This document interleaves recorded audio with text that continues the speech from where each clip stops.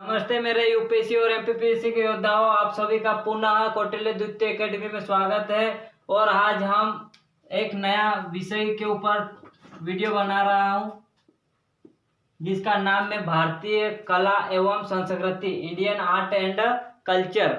और ये भी एक महत्वपूर्ण विषय है जिसके ऊपर प्रश्न पूछे जाते हैं। अब इसके ऊपर एक पूर्व में एक वीडियो बनाया जा चुका है कि हम कला और संस्कृति के अंतर्गत कौन कौन से टॉपिक पढ़ेंगे। उसको 2-3 भागों में बांटा गया था और उस भागों के अंतर्गत भी हम उसका विस्तृत में अध्ययन करेंगे। आंखों में नींद बहुत है पर सोना नहीं है, क्योंकि यही समय होता है दोस्तों, इसे खोना नहीं है। क्योंकि हमको पता है कि जो आजकल बोले तो गर्मी के दिन रहते हैं तो क्या रहता है कि नींद आ जाती है। सुबह भी जल्दी उठो तो भी 1 मिनट करते करते नींद खुलते ही नहीं है। तो इसकी वजह से क्या है, नींद तो बहुत रहती है, पर जब हमारे सपने के प्रति हमारा समय पर भाव रहता है तो हमें उठने पर मजबूर कर देते हैं। क्योंकि डॉक्टर एपीजे अब्दुल कलाम ने उन्होंने कहा था कि सपने वो होते हैं जो दिन में क्या करते हैं, रात को सोने नहीं देते। जबकि सपने वो होते हैं जो रात को सोने नहीं देते। तो सही बात है कि रात को नींद आती नहीं है वो सपने के अगर उसके प्रति समर्पण हो तो इसमें हम पढ़ेंगे भारतीय कला एवं संस्कृति। तो इसमें हमने पिछले वीडियो में देखा था कि हमें भारतीय कला और संस्कृति को 3 भागों में बांटा था। पहला भाग है दृश्य कला। दृश्य कला मतलब जो हमारी आंखों से दिखता है, वो जो मानव द्वारा कला की जाती है उस कला को बोलते हैं दृश्य कला। और दृश्य कला के अंतर्गत हम पढ़ेंगे वास्तुकला, और वास्तुकला के अंतर्गत जितने भी स्मारक है, भवन है, उनका अध्ययन करते हैं हम वास्तुकला के अंतर्गत। फिर आता है मूर्तिकला। मूर्तिकला के अंतर्गत जितने भी छोटी से लगाकर बड़ी बड़ी मूर्तियां जो मानव द्वारा बनाई जाती है, देवी देवताओं के, पेड़ पौधों के, जीव जंतुओं के, उसे बोलते क्या, मूर्तिकला। तो जो भी कला करते हैं वो दिखता है हमको। और चित्रकला, जैसे ये धातुओं के ऊपर, पेड़ पौधों की छालों के ऊपर ये चित्रकारी की जाती है प्राचीन समय से और वर्तमान में भी जारी है। तो उसका भी अध्ययन हम किसके अंतर्गत करते हैं, दृश्य कला के अंतर्गत। और हस्तकला, मानव द्वारा जो हाथ से बनाए हुए सामग्रियां रहती है उन कला को बोलते हैं हस्तकला। और हस्तकला के बाद आता है मृदभांड मतलब जो हमारे घरेलू कार्यों के लिए उपयोग में लाए जाने वाले सामग्री, उसको बोलते हैं मृदभांड। तो उसमें फिर बी पार्ट आता है हमारा प्रदर्शन कला। प्रदर्शन मतलब जिसका किसी मंच के माध्यम से या किसी जगह पर प्रस्तुति दी जाती है या उसका प्रदर्शन किया जाता है, उसके अंतर्गत संगीत आ जाता है, नृत्य आ जाते हैं, इत्यादि चीजें इसके अंतर्गत आती है। उसका अध्ययन प्रदर्शन कला में करते हैं। और सी पार्ट आता है हमारा संस्कृति। संस्कृति मतलब जो हमारे देश के अंतर्गत जितने भी धर्मों के लोग रहते हैं, जितने भी भाषा के लोग रहते हैं, उनकी रीति रिवाज के बारे में, उनकी संस्कृति के बारे में अध्ययन करेंगे। किसके अंतर्गत, पार्ट सी के अंतर्गत अध्ययन करेंगे। तो आज हम शुरुआत करने जा रहे हैं जो दृश्य कला है। दृश्य कला में भी जो पहला पॉइंट है वो है कौन सा, वास्तुकला।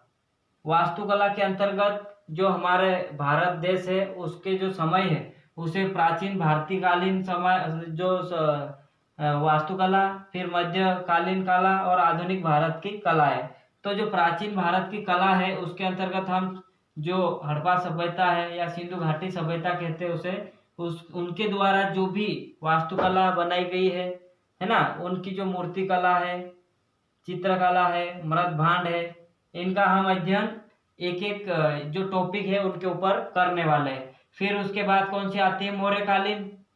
तो जो मौर्य वंश थे उनके समय जो भी कला की जाती थी, वास्तुकला, मूर्तिकला, चित्रकला, हस्तकला और मृदभांड, उसका भी अध्ययन हम किसके अंतर्गत करेंगे, मौर्यकालीन के अंतर्गत। फिर मौर्यों के आने के बाद दूसरे और आए छोटे छोटे राजवंश, तो उसे मौर्योत्तर काल कहते हैं। तो उस समय की जो कला है उसका भी हम अध्ययन करेंगे।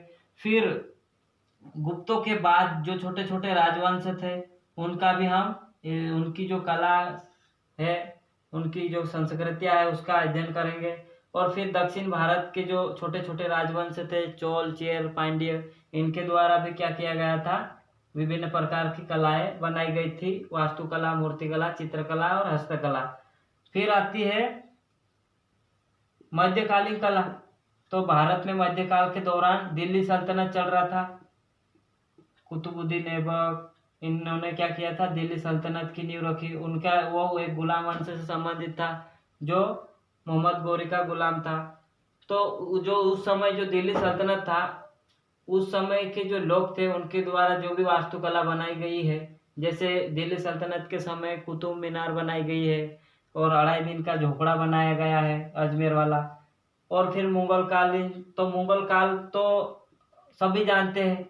वर्तमान में जो आगरा में ताजमहल स्थित है, दिल्ली में जो लाल किला स्थित है, तो वो मुगल काल की कला के अंतर्गत आते हैं। तो वास्तुकला, मूर्तिकला, चित्रकला, हस्तकला, मृदभांड उस काल के जो मुगल काल है उनके अंतर्गत अध्ययन करेंगे। फिर आता है आधुनिक भारत की कला। तो आधुनिक भारत मतलब जब ईस्ट इंडिया कंपनी हमारे यहाँ पर आ चुकी रहती है और उनके द्वारा जो मिश्रित, जो हमारे प्राचीन भारत से आ रही थी वो कलाएं, और आधुनिक भारत जो यूरोप में प्रचलित कला थी, उनको मिलाने से कौन सी बन जाती है कला, इंडो गोथिक कला। तो उस समय का जो कला थी उसे क्या कहते हैं, इंडो गोथिक कला। और जो वर्तमान में चल रही है सभी का मिश्रण, उसको बोलते हैं नव रोमन कला कहते हैं। तो इसका अध्ययन हम करेंगे। तो सबसे पहले आज हम पढ़ेंगे वास्तुकला, मूर्तिकला, चित्रकला। ये प्राचीन भारत के अंतर्गत जो सिंधु घाटी सभ्यता है, या इसे हड़प्पा सभ्यता के नाम से भी जाना जाता है, उस समय की जो कला की जाती थी उसके बारे में हम अध्ययन करेंगे।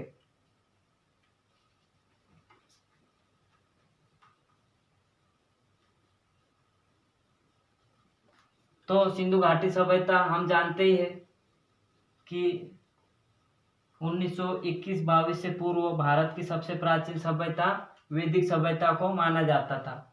लेकिन जब 1921 में राय बहादुर, दयाराम साहनी और राखलन दास बनर्जी, जो कि 1922 में हड़प्पा और मोहनजोदाड़ो की खोज की थी, इसी कारण से उस सभ्यता का नाम क्या रखा गया था, हड़प्पा सभ्यता। क्योंकि पहला जो स्थल था वो कौन सा खोजा गया था, हड़प्पा। इसके कारण से इस सभ्यता का नाम क्या रखा गया था, हड़प्पा सभ्यता। और सिंधु नदी जो कि वर्तमान में पाकिस्तान से होकर और भारत के लद्दाख से होकर बहती है, उस नदी के आसपास ये निवास करती थी। इसके कारण से इन्हें क्या कहते हैं, सिंधु घाटी की सभ्यता भी कहते हैं।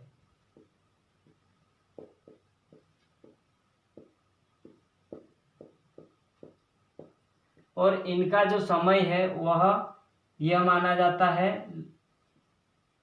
2500 से लगाकर 2500 BC बिफोर क्राइस्ट से लगाकर 1500 BC तक माना जाता है। लेकिन जो कार्बन डेटिंग विधि है, जो कार्बन का अप्रूफ है, उसके आधार पर इसका जो समय है 2350 से 1750 BC का माना जाता है।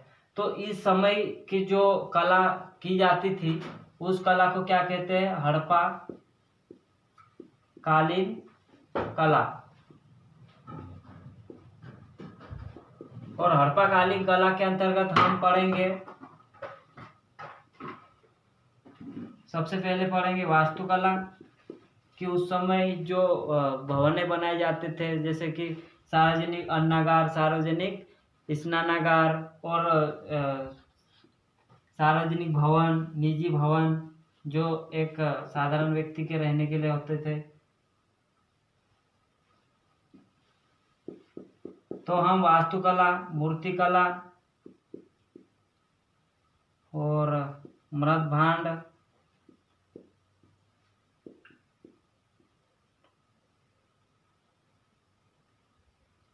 और पढ़ेंगे हम चित्रकला, कि इस संस्कृति के द्वारा, जो इस सभ्यता के द्वारा कौन कौन सी कला की जाती थी। तो जो हड़प्पाकालीन सभ्यता थी उसमें जो वास्तुकला है, भवन है, वह 2 वर्गों में बटा हुआ था। उस मतलब जो भवन है वो 3 प्रकार के थे। एक तो सार्वजनिक आवास गृह, जो सामान्य व्यक्ति के रहने के लिए होते थे, आवास गृह या भवन भी बोल सकते हैं। फिर आता है सार्वजनिक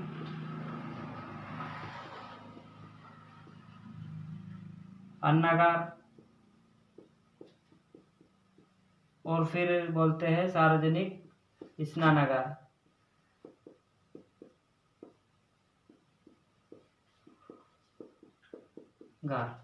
तो ये होते थे साधारण आवास के अंतर्गत।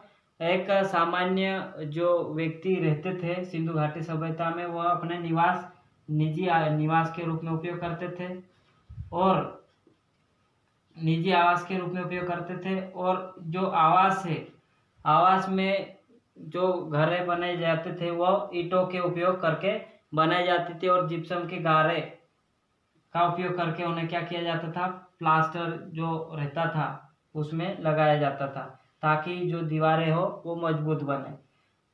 अब जो सार्वजनिक अन्नागार है, सार्वजनिक स्नानागार है, ये दोनों कहाँ पर मिले हैं, मोहनजोदाड़ो में मिले हुए।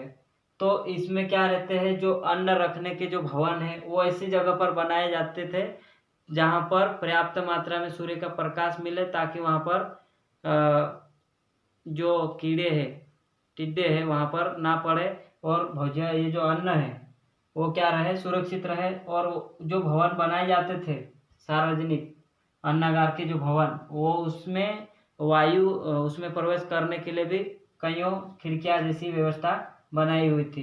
फिर अगला आता है तीसरे नंबर का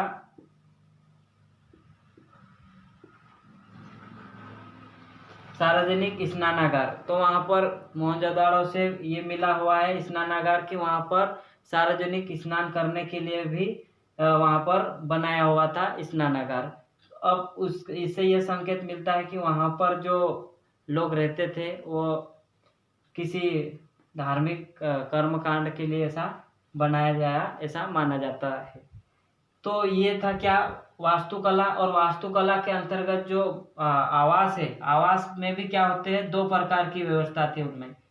एक तो पहली व्यवस्था तो ये थी कि एक तो दुर्ग सहित होते थे, दुर्ग या बोले तो किले, और एक आता था दुर्ग रहित, जहाँ पर किले नहीं होते थे, या इसे निचले नगर भी कहते हैं, निचले नगर। और ये क्या है, दुर्ग वाले तो उच्च नगर। तो जो दुर्ग है वहाँ पर वो सुरक्षा को ध्यान में रखकर बनाए जाते थे, कुछ इस प्रकार से। ये जो चित्र बना रहा हूँ उसमें ये जो है इसको कहा जाता है दुर्ग।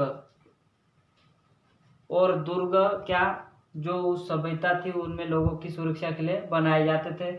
और जो निचला स्तर है उसे क्या बोलते थे, निचले नगर के नाम से, निचले नगर के नाम से जानते हैं। और यहाँ पर आम जनता निवास करती थी। और जो उस समय यह साक्ष्य तो नहीं मिले कि वहाँ पर राजनीतिक व्यवस्था थी या नहीं थी, लेकिन यहाँ की जो वास्तुकला की जो कुछ स्थल या मिले हैं, जैसे सार्वजनिक स्नानागार है, अन्नागार है, और वहाँ की जो सड़कें हैं वो कैसी बनाई जाती थी, समकोण पर, पूर्व से पश्चिम की ओर और उत्तर से दक्षिण की ओर रहती थी। तो वो समकोण पर काटती थी। और जितने भी ये जो निजी ग्रह थे वहाँ पर जो सीवेज लाइन आती है जो अपशिष्ट पदार्थों को ले जाने के लिए, तो वो सड़कों के किनारे किनारे रहते थे। और बाद में उसको एक मुख्य नाले में ले जाकर उसको जोड़ दिया जाता था। इस प्रकार से यहाँ पर क्या नगर नियोजन था। और सड़कें भी समकोण पर थी। और जो इनके आवास स्थल थे वो मुख्य द्वार उनके सड़कों की ओर न खुलकर पीछे वाले द्वार की ओर खुलते थे, ताकि वहाँ पर प्रदूषण रहित, या उस समय धूल के कण भी उड़ते होंगे शायद, तो इसे इस प्रकार से नियोजन करते थे। तो ये कौन सी व्यवस्था थी, सिंधु घाटी सभ्यता या हड़प्पा सभ्यता की वास्तुकला। अब हम पढ़ेंगे यहाँ पर मूर्तिकला। मूर्तिकला उस समय तो मोहनजोदड़ो, हड़प्पा, लोथल विभिन्न भागों से मिली हुई है।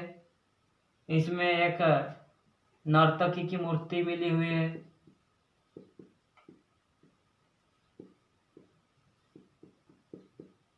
और एक व्यक्ति का धड़ भी मिला हुआ है। और भगवान शिव पशुपति की मूर्ति के समान दिखने वाला, जिसके सिर पर सिंह थे ऐसा मानते हैं, तो वो भी मिला हुआ पशुपति नाथ। तो उनकी मूर्तियां भी यहाँ पर मिली हुई है और इनका उपयोग धार्मिक कार्य के लिए उपयोग किया जाता था ऐसा माना जाता। तो कुल मिला के ये कि जो ये सभ्यता थी वह मूर्तिकला में भी अव्वल थी। अब मूर्तिकला में भी मोहरे आ जाते हैं। मोहरे मतलब पेड़ पौधे, जीव जंतु और जो भी एक व्यक्ति है उनसे संबंधित भी बनाए जाते थे। तो पेड़ पौधे के चित्र बनाते थे मोहरे, और जीव जंतु के जैसे कुबड़वाला सांड इस सभ्यता के ज़्यादा प्रसिद्ध पशु था। और गाय तो इसके बारे में उल्लेख नहीं मिलता है, लेकिन जो दूसरे जानवर थे, कुत्ता और बकरी, इनके बारे में जानकारी मिलती, तो इनके बारे में मोहरे भी यहाँ पर मिले हुए। अब बात आगे आती है मृद भांड। मृद भांड भी दो प्रकार के थे। एक तो साधारण मृद भांड और एक आते हैं चित्रित मृद भांड।